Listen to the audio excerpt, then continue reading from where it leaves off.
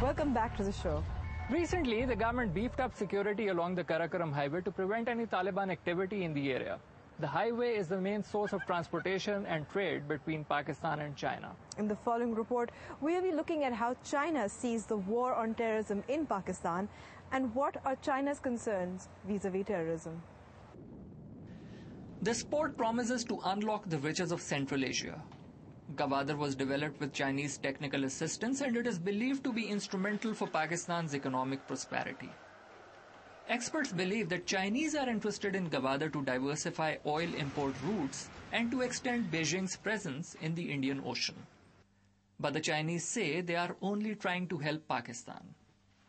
China does not have the special interest in Gawar, especially does not have a military purpose on that. If so, China will not do beyond what we regard as a Pakistani core national interest.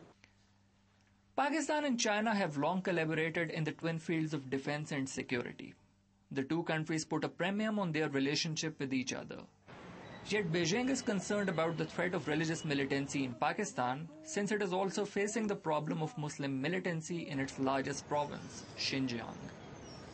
China's main worry, somewhat similar to Iran, is that they are extremely sensitive to Islamist extremists of any nationality, trying to help the dissidents in Xinjiang. From time to time, it has created a small, tiny little cloud over our very, very fraternal, 58, 60 years old relationship. Beijing has tried to suppress Uyghur calls for independence through economic development. But it also fears that greater integration may help the separatists hook up with international Muslim movements and radicalize other religious and ethnic minorities in China. Not surprisingly, Beijing principally supports U.S. anti-terrorism efforts in the region. But the Chinese ambassador has also expressed his concern over the increasing U.S. influence in the region.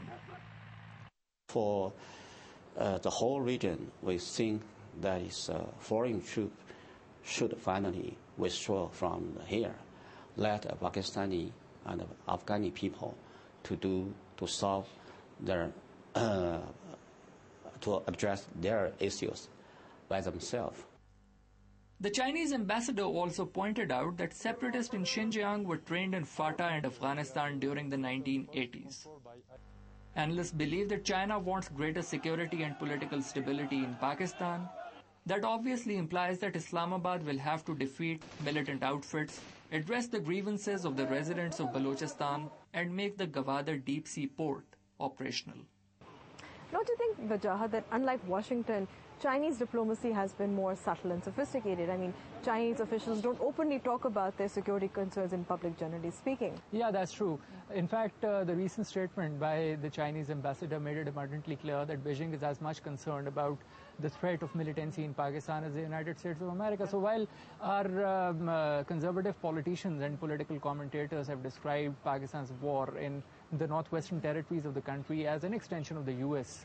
War in the region, the fact remains that even our closest ally, China, is extremely concerned about the specter of religious extremism in Pakistan. But China is also concerned about U.S. presence in the region. So it almost seems as if China is dealing with the U.S. on multiple levels, where there's a confluence of interests, they're willing to work together, but where there are differences, they're a little less tolerant. That's true. In fact, that is the essence of foreign policy.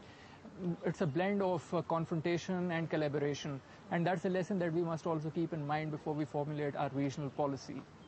But that's all the time we have for this week on Eye of the Storm. If you have any questions or comments, do write into us at thestorm@dawnnews.tv. I'm Amba Shams. And I'm Vajahat Ali. See you next week.